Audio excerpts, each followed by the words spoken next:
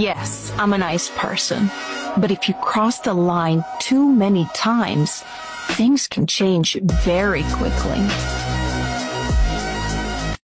Ano mo yung biktima? Mister ko po. Kawawa naman. Anong kinamatay niya? Nalason po. Nalason? Ba't puro gasgas at pasayan? Ayaw na kasing inumin. Nanlaban pa.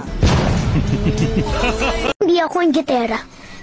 Kasi maganda ako. Mahirap man kami, maganda ako. Wala man kaming pera, maganda ako. Eh ikaw, maganda ka ba? Ko. Don't you wish your girlfriend was hot, hot, hot, hot, hot? Don't you wish your girlfriend was hot like me? Yung napangitan siya sa ugali ko, pero sa mukha niya hindi.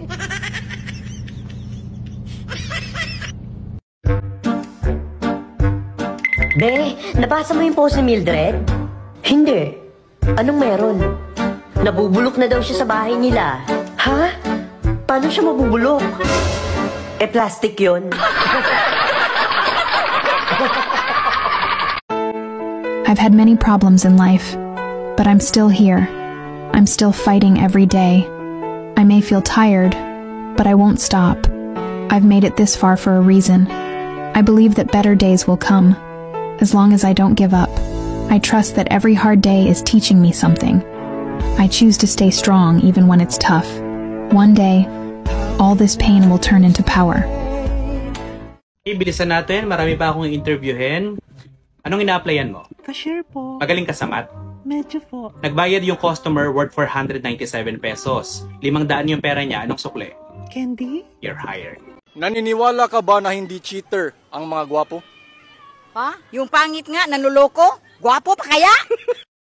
Anong ginagawa mo para hindi ka ma-stress? Ni-stress ko yung iba para balance ang buhay.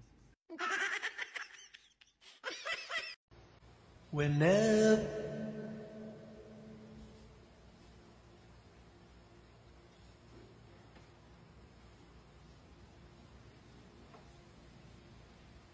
Alam kong hindi ako maganda sa personal, pero isa lang ang masasabi ko, maganda naman ako sa cellphone.